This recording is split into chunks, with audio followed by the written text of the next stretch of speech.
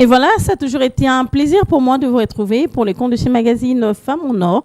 Ce sont des femmes de la distinction, les femmes qui se différencient des autres femmes. Dans n'importe quel secteur de la vie, nous sommes là, nos projecteurs allumés pour voir comment la femme évolue en RDC. Nous croyons à la lutte de la femme parce que la parité aujourd'hui, il n'y a plus rien à contester. On trouve les femmes partout dans toutes les institutions de la République. Coup de chapeau au champion de la masculinité positive, le chef de l'État, Félix-Antoine Tshisekedi Tshilombo. Alors, mesdames, messieurs, nous allons aujourd'hui donner la parole à une dame. Elle est avocate, mais elle travaille dans un secteur vraiment difficile. Il s'agit de madame Eliane Kiboubi. Maître, bonjour. Bonjour, madame Nacha. Maître, vous allez bien? Je vais très bien, et vous-même? En fait, j'ai très souvent peur des femmes qui sont des femmes juristes, des femmes avocates. Je me dis, elles connaissent tellement le droit qu'elles ont même du mal à vivre en société ou bien même dans les foyers, pour dire loin. Non, je peux dire que c'est un préjugé. Okay. Parce que connaître ses droits n'est pas un frein, n'est pas synonyme de ne pas bien vivre dans la société. Le contraire, ça nous permet même à bien vivre dans la société, surtout à faire de limites, à savoir que ce que je vais surtout dans l'amour. Chaque chose a son temps et puis il faut connaître le contexte. Voilà. Il y aura tellement des articles, Non. Même dans les foyers. L'article 15 dit ceci, les droits de la femme. Je vous jure, je vais vous faire arrêter. Je vais vous traduire en justice. Je suis avocate. Et dit, messieurs, calmez-vous là. Non, c'est souvent ce qu'on pense, mais en réalité, ce n'est pas ça. Okay. Et il y a même ce que ma mère me dit souvent, ce sont les avocates qui sont les vraies femmes au foyer. C'est ce qu'elle pense. Mais je peux vous rassurer que chaque chose a son temps, comme je venais de le dire. Il faudra toujours faire dissocier les choses. Quand je suis dans le foyer, je suis femme et mère pour les enfants. Quand je porte ma touche devant le prétoire, là, je suis avocat et je défends les intérêts de mes clients. Voilà un peu. Ok, très bien. Alors, madame, messieurs, madame Hélène Kiboubi, elle est la coordonnatrice d'une fondation Pakadjouma Résilience, c'est ça? Oui. Je ne vais pas massacrer les noms de ta fondation. Pakadjouma Résilience, ça veut dire quoi? Résilience, c'est la force. Résilience, c'est le courage. Résilience, c'est la détermination au-delà de mots. Mais il y a toujours le sourire, il y a toujours cette espérance d'aller de l'avant. Ok, donc un peu régénéré. En effet. Ok, en fait, moi, j'ai souvent entendu parler de Pakadjouma. Franchement, là, je n'ai jamais compris. C'est quoi Pakadjouma?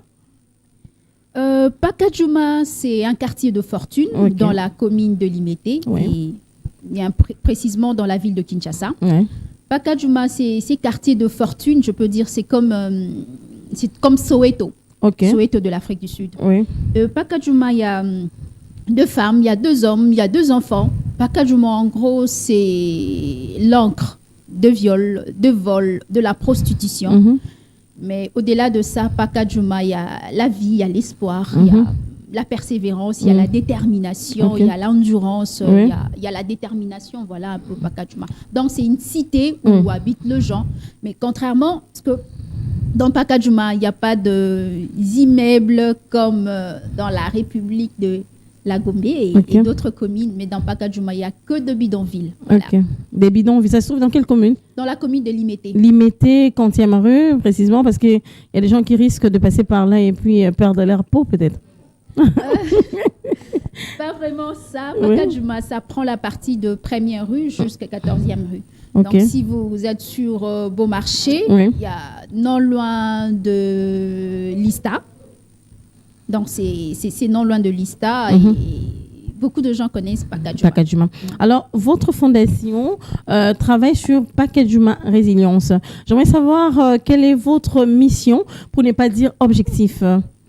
Notre mission dans Pakadjouma Résilience, qui est une fondation, une association sans but lucratif, notre mission principale, c'est d'accompagner les enfants, le jeune fille, le jeune garçon, afin de rassurer quand même leur avenir, de leur donner l'espoir pour un avenir radieux. Parce que nous tous, nous sommes ici en République démocratique du Congo. Nous n'avons pas un autre pays qui est la République démocratique du Congo. Donc, on peut avoir l'espoir et l'assurance d'être ici en République démocratique du Congo. Et surtout, d'œuvrer et de vivre comme tout autre citoyen. Okay.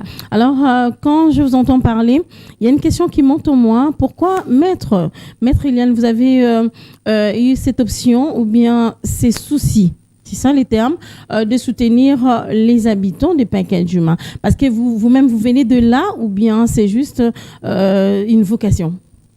Je suis congolaise, native de Kinshasa. Donc, comme disent les Quinois, vrais Quinois. Je dis souvent que quand on me pose cette question, j'ai intégré Pacadjouma sans complexe de supériorité ni d'infériorité, parce que il y a nos frères qui habitent là, il y a nos sœurs, il y a nos mamans, il y a nos parents. Pourquoi je choisis Pacadjouma? Je choisis Pacadjouma à cause de tout ce préjugé. Et je ferai une parenthèse, je vais le renfermer très vite. Vous vous souviendrez, il y a même Ferré qui a chanté sur Pacadjouma. Il y a encore un musicien, je ne sais pas s'il le rappelle. Pichu Manza aussi a chanté sur Pacadjouma. Il y a même Luambo. J'avais essayé un peu de checker. Il y a même Luambo qui a chanté sur Pacadjouma. Donc, tout Quinois, quand on parle de Pacadjouma, nous tous, on connaît un peu l'image de Pacadjouma. On sait que Pacadjouma, il y a Bandumba, il y a Bapriacé. Et là même, il y a vos collègues journalistes, surtout ceux qui sont sur YouTube et tout qu'on sort. Vous voyez les images qu'ils publient sur Pacadjouma. On parle seulement de la prostitution. On parle seulement de parties négatives de certaines femmes. Enfin, en réalité, ce ne sont pas aussi de choses qui se passent là-bas. Mais du moins, moi, l'objectif, c'est qui m'a plus séduit là-bas, séduit pour aller là-bas à Pacadjouma. C'est pour comprendre réellement qu'est-ce qui se passe là-bas. Comprendre réellement qu'est-ce qu'il y a vraiment là-bas à Pacadjouma. Est-ce qu'ils sont ces femmes, ces jeunes filles, surtout ce sont les jeunes filles qu'on massacre aujourd'hui sur nos réseaux sociaux. Est-ce que ces jeunes filles n'ont pas de l'avenir comme vous ou moi? Est-ce que ce jeune fille, qu'est-ce qu'il y a de particularité? Moi, c'est ce qui m'a poussé à aller là-bas à Pacadjouma. Mais en fait, puisque la fondation est déjà là sur place à Pacadjouma, alors qu'est-ce que vous avez pu remarquer de ces filles? Parce que peut-être la presse a une autre image des Pacadjouma, parce que peut-être le monde ne donne aucune chance à Pacadjouma. Et vous êtes là sur place. Qu'est-ce que vous avez pu remarquer? Déjà, je dis l'objectif que nous poursuivons dans notre structure Pacadjouma Résilience, c'est nous sommes dans le secteur de l'éducation. Éducation déjà. C'est pour accompagner certains enfants qui sont en déperdition scolaire. Il y a aussi certaines femmes, les jeunes qui n'ont pas eu peut-être la chance aussi d'étudier pour les accompagner dans de formations. Là, je crois qu'on va y arriver. Mais ce que je constatais là-bas, c'est que c'est de voir d'abord ces jeunes, ces enfants avec leur look un peu différent, c'est-à-dire pieds nus, le t-shirt déchiré. Mais je vois, il y a les sourires. Ah bon? Au-delà de ça, je vois deux femmes qui se réveillent à 5 h du matin pour aller à Libongo pour acheter le mbisakokaka pour venir vendre parce qu'il y a aussi un marché là-bas. Je vois ces jeunes garçons qui, comme on les appelle, ce sont le porteur. Mais au-delà de ça, vous voyez, autour de Aguené, on connaît bien Aguené, ce sont de boissons un peu fortes. Mais autour de tout ça, il y a toujours le sourire. En fait, il y a un espoir. Il y a certains jeunes qui disent, bon, nous surtout, ils ont une vie, il faut vivre. Donc, il y a ce que je constatais, c'est vraiment ces sourires vrais, authentiques sur les lèvres de ces enfants. Je vis aussi l'endurance, la persévérance, la détermination. Je vis aussi, en fait, c'est comme si, il y a certains, il n'y a pas un espoir, mais ils vivent quand même. Donc, c'est vraiment tout ce que je constatais. Je constatais aussi, il y a un système qu'on appelle rail. Il y a certaines jeunes filles aujourd'hui qui se mettent là-bas sur le rail pour aller faire ces commerces de sexe de bas niveau. Bon, les causes sont légion. Au-delà de ça, il y a aussi les étudiants qui habitent aussi là-bas. Parce que je donne un exemple, ceux-là qui sont venus de province, qui étudient dans les universités aux alentours, se disent, bon, au lieu d'aller louer un endroit où je peux payer au-delà de $50, là-bas, je vous dis, il y a ces bicoques, on paye 30 000 francs, où chaque jour, vous devez payer 1000 francs. 1000 francs par jour, ok. Il y a aussi de familles composées là-bas, il y a aussi de familles simples là, qui y vivent. Mais hormis les étudiants, ces gens viennent d'où alors? pour créer toute une cité. Il y a toute une histoire derrière ça, parce que Pacadjouma existe il y a plus de 20 ans, ce que je dois un peu préciser. À l'époque, c'était en 1997, je crois, avec l'expulsion au Congo-Brazza. Il y avait un système à l'époque où on disait, il y avait un slogan à l'époque où on disait Boma Congolais Tika Nyoka. Oui. Et ces Congolais étaient expulsés. Oui. Et il y a aussi, avec la guerre de 97, avec la guerre de libération, il y a 2 femmes de militaires. Il y a aussi 2 militaires qui s'étaient réfugiés à Maluku. Après, ils sont venus là-bas à Pacadjouma. Il y a aussi ces fléaux de l'exode rural. Ok, tout ça, oui. Mais quand même, ils s'en sortent avec un sourire aux lèvres. C'est ça le problème. Alors, votre fondation Pacadjouma Résilience procède comment pour aider toutes ces personnes? Parce que vous êtes là pour les aider. Papa Félix, on peut voir des images, comment Madame Iliane travaille avec ces gens des Pacadjouma. La fondation déjà Pacadjouma, comme je le dis, notre mission, notre objectif, c'est l'éducation, c'est de sensibiliser d'abord. Nous sommes dans une sensibilisation inclusive. Inclusive, pourquoi? Parce que nous appelons les femmes, les parents, les enfants, les directeurs des écoles. Je veux vous livrer un secret. Allez-y. 3 à 5 ans passés, il y a les écoles aux environs de Pacadjouma. On ne recevait pas les enfants de Pacadjouma. Les enfants à l'âge scolaire, surtout ceux de 12 ans, et les filles surtout, de 12 à 15 ans, on ne recevait pas ces enfants de Pacadjouma. Disant que ces enfants n'ont pas une bonne éducation, donc on ne peut pas les recevoir dans nos écoles. Si on les reçoit, ils vont, je peux dire... ils vont contaminer nos enfants. Mais nous avons, pendant tous ces 2 ans, nous avons procédé à une sensibilisation. Aujourd'hui, je vous dis, madame, il y a plus de 6 000 enfants à Pacadjouma, à l'âge scolaire, qui ne fréquentaient pas l'école. Mais à l'époque, 2 ou 3 ans passés, il n'y avait que 1%, c'est-à-dire 60 enfants qui partaient à l'école. Mais grâce à notre sensibilisation, il y a d'ici là 2 ans, il y a au moins 5%, donc plus de 5% aujourd'hui, dans moins de 2 ans, 5%. Donc, il y a plus de 600 enfants aujourd'hui qui fréquentent l'école. Donc, on le reçoit aujourd'hui. On reçoit tous ces enfants aujourd'hui sans préjugés. Donc, là, c'est déjà ce que nous avons fait. Donc, une sensibilisation. En termes d'éducation pour les enfants. Pour les enfants. Et pour ces jeunes filles qui se prostituent. Pour les enfants aussi. Pour les enfants, je veux aussi compléter quelque chose. On a mis en place un système de parrainage. Il y a 2 ou 3 personnes qui peuvent parrainer 1 ou 3 enfants. Tangamona Pacadjouma, on a dénommé cette bourse comme ça, Tangamona Pacadjouma. Il y a aussi, lors de la rentrée scolaire, il y a de cahiers qu'on remet à certains enfants. Il y a 2 sacs qu'on remet. Dans certaines familles où on sait que non, cette femme, soit maman, papa, est à même d'accompagner, soit de payer le frais scolaire, soit d'acheter les uniformes. Oui, on applaudit, mais on fait de suivi. Voilà. Mais par rapport aux jeunes filles, aujourd'hui déjà, je vous dis, madame, à partir de 13 ans, 14 ans, une fille, elle est déjà femme. Elle est déjà femme à 13 ans, oui. Oui, 13 ans, elle est déjà femme. La plupart, on peut déjà voir nos périodes, menstruation. Donc, on est déjà femme. On est à même d'être mère. Mère aussi, oui. Donc, pour ces femmes, pour ces enfants-là, pour ces jeunes filles, j'allais dire, ceux qui n'étudient pas, on accompagne. Déjà, je vous dis, il y a un témoignage qui me touche toujours à cœur. Il y a une jeune fille de 14 ans. Elle avait toujours cette ambition de devenir avocate. Elle disait seulement juge. Elle disait ça. Mais il n'y avait pas de moyens pour étudier. Elle s'était déjà lancée dans ces systèmes qui se passent là-bas. Mais aujourd'hui, quand je vois cet enfant, cette jeune fille, elle a repris l'école bien qu'elle est en retard scolaire. Elle est en 6e, elle vient de passer même le TENAFEP.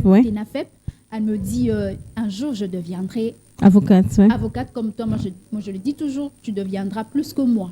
Donc, en fait, ce sont 2 choses, bien que ce n'est pas... Il n'y a pas vraiment un nombre élevé, mais il y a quand même ces petites gouttes-là qui changent quand même. Donc, depuis 2020, nous avons travaillé... Donc, déjà 3 ans, hein? Déjà 2 ans et demi, 3 ans. L'année passée, déjà 2022, nous avons fini avec une session de formation de l'alphabétisation avec 124 femmes à Pacadjouma. Vous imaginez, moi, si à Pacadjouma, c'est dit à 17h, dans Télémalara, je vais aller dans l'école où nous apprenons. Wow, c'est vraiment un pari gagné. Hein? Oui. Et cette femme-là, Néné, là, qui s'est dit, pour que n'installer la camoine à devoir. Voilà. Nous travaillons, notre cible, ce sont les enfants. Mais on ne peut pas travailler avec les enfants sans au préalable travailler avec les femmes. Donc, c'était l'année passée où nous avons décerné le... on peut voir les images, Papa Freddy? On a pu décerner le certificat à 95 sur 124, 95 qui ont pu achever jusqu'à la fin. C'était une formation. C'était une formation sur quoi, l'alphabétisation.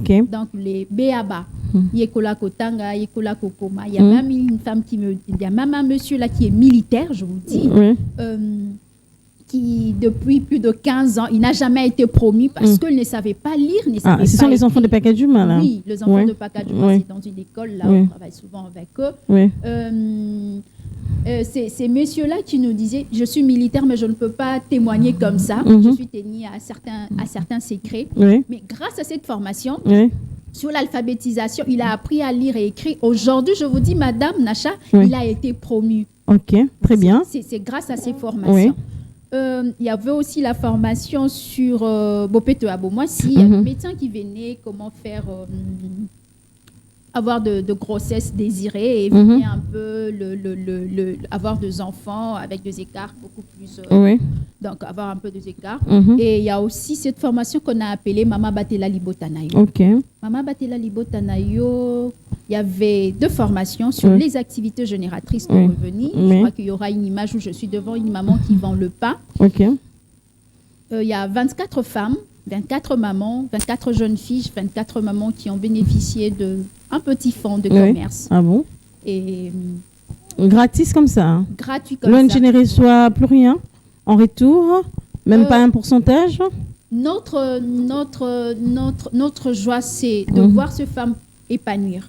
Notre joie, c'est de voir dans ces 24, il y a quelques femmes qui, aujourd'hui, elles ont décidé par elles-mêmes d'arrêter ces travaux qu'elles faisaient avant. Donc, c'est ça notre joie.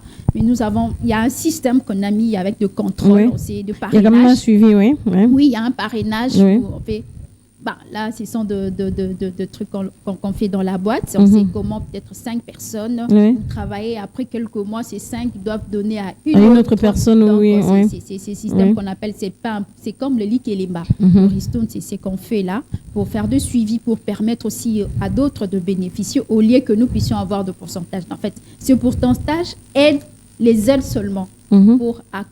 Pour continuer, soit pérenniser ces activités. Donc, il y a de ceux-là qui ont bénéficié de petites activités génératrices de revenus, vendre le pain, vendre côté Kamakala. Donc, voilà. En 3 ans, Madame Maître Eliane, vous pouvez pousser un ouf de soulagement pour dire enfin, j'ai quand même accompli ma mission, ma vision a triomphé. C'est ça? Ou bien il reste encore beaucoup à faire? Il reste encore beaucoup à faire. Parler en termes de projet. Oui, ça reste toujours beaucoup à faire. Comme j'aime bien le dire, nous savons bien cet adage qui dit l'issapiment que Sokola Kailongité. C'est grâce à l'accompagnement de toute mon équipe. Dans mon équipe, j'ai un sociologue, il y a un monsieur qui a écrit sur Barumbu, monsieur Laurent Mavinga. J'ai 2 médecins, j'ai des économistes. Nous avons vraiment toute une équipe. C'est grâce à cette équipe. Il y a aussi des psychologues. Oui, nous avons un sociologue, nous avons aussi un psychologue. Et avant d'arriver à 5, il faudra passer par 1. Donc, avant de faire 10 pas, il faudra d'abord faire un pas. Je peux dire jusqu'ici, nous avons quand même effectué ces premiers pas, bien que difficiles, mais quand même. Mais cela reste encore beaucoup à faire. Et je sais et je crois que grâce à l'accompagnement de nous tous, de vous tous, déjà me recevoir dans ces jolis plateaux, c'est déjà une très bonne chose parce que je sais que vous êtes suivis. Voilà. Nous sommes très suivis. Hein. Voilà. Alors, quels sont vos projets d'avenir? Pour ne pas vous poser la question, parce que vous avez parlé avec beaucoup de passion, vous donnez des formations, vous donnez des dons aux femmes. D'abord, est-ce que vous êtes financé? Est-ce que vous avez des partenaires financiers qui vous soutiennent quand même dans cette vision? Jusqu'ici, je sais que on a des appuis ça et là, bien que ce n'est pas encore de façon automatique, oui. Mais au moins je peux dire qu'il y a quand même ces bonnes personnes qui nous accompagnent d'une manière ou d'une autre. Déjà l'année passée, il y a eu un incendie là-bas à Pacadjouma. Oui. Je vous dis, il y a beaucoup de gens qui nous ont soutenus. Ça nous a permis à aider quand même quelques familles. Oui. Pour le projet d'avenir, aujourd'hui, ce n'est pas seulement l'alphabétisation qu'on va continuer avec l'alphabétisation. Il y a même le Bureau conjoint des Nations Unies pour le droit de l'homme qui nous a soutenus, qui nous a remis le matériel de formation grâce au projet que nous les avons soumis.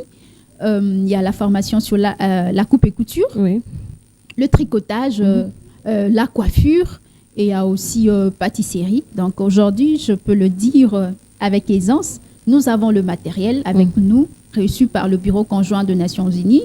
Et nous avons aussi fait quelques formations avec le Bureau conjoint des Nations Unies pour le droit de l'homme. Mais c'est là, bien que nous avons tous ces matériels, je crois nous devons vraiment maintenant continuer à mettre ces centres pour que ces femmes, ces bénéficiaires puissent déjà commencer avec ces formations. Alors, votre siège social, c'est toujours à Pacadjouma? Pacadjouma, c'est le siège. Le siège social, c'est sur Huiléry. Là, c'est notre bureau. Mais à Pacadjouma, c'est notre bureau. Je peux dire, là, c'est notre lieu d'activité. Alors, vous allez en fait parler un peu des difficultés que vous rencontrez dans l'exercice de votre métier. Les difficultés sont énormes. Déjà, personnellement, quand j'ai commencé à intégrer ces milieux de Pacadjouma, avec tout le préjugé aux Alakanango à Pacadjouma, j'avais peur. Je me disais, même on va t'arracher la perruque, on va t'arracher le téléphone. On va te couper en morceaux. La première fois, quand j'ai intégré là, j'étais accompagnée.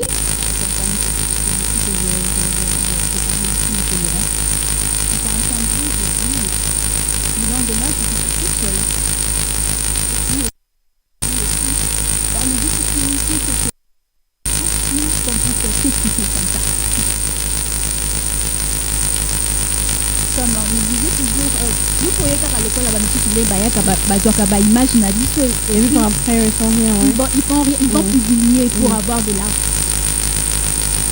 Tout cela. Et c'était vraiment de difficulté pour communiquer, comprendre aussi. Et deuxième difficulté, ce sont le moyen matériel, le moyen financier. Là, je dis, ce sont vraiment des difficultés majeures. Parce que sans le moyen, on ne peut pas sensibiliser. Sans le moyen, on ne peut pas continuer avec les activités. Sans le moyen, on ne peut pas inciter les enfants à aller à l'école. Sans le moyen, c'est difficile, le moyen financier que le moyen matériel. Alors, Maître Hélène, on n'a pas envie d'arrêter cette émission, mais je vois la télé, c'est le temps. Voilà. Vous allez donner votre conclusion en termes de réconfort, en termes de conseils, d'abord à ces habitants des Pacadjouma, et puis lancer un message à toute personne de bonne volonté qui peut venir quand même à la rescousse de cette population. Le message que je vais lancer.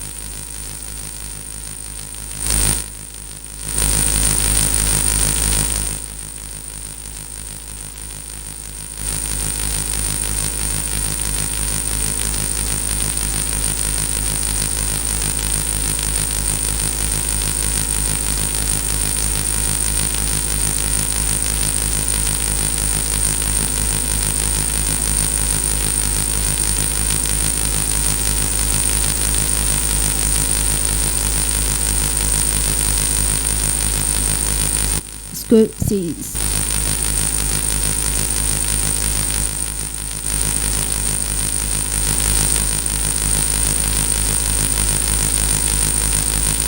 le numéro des contacts est plus 243 89 97 19 336. Adresse email.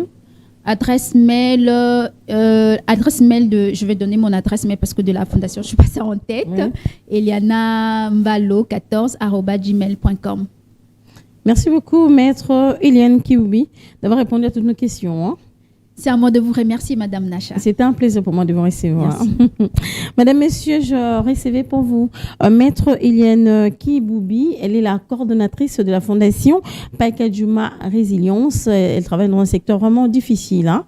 Elle a une grande vision pour ces femmes, soi-disant appelées des femmes prostituées, hein, de basse classe, mais elle travaille beaucoup plus dans le changement des mentalités et puis dans l'éducation des enfants. Alors, vous l'avez suivi, si vous êtes une personne de bonne volonté, voilà une occasion pour soutenir ces personnes qui souffrent et qui vivent dans le noir.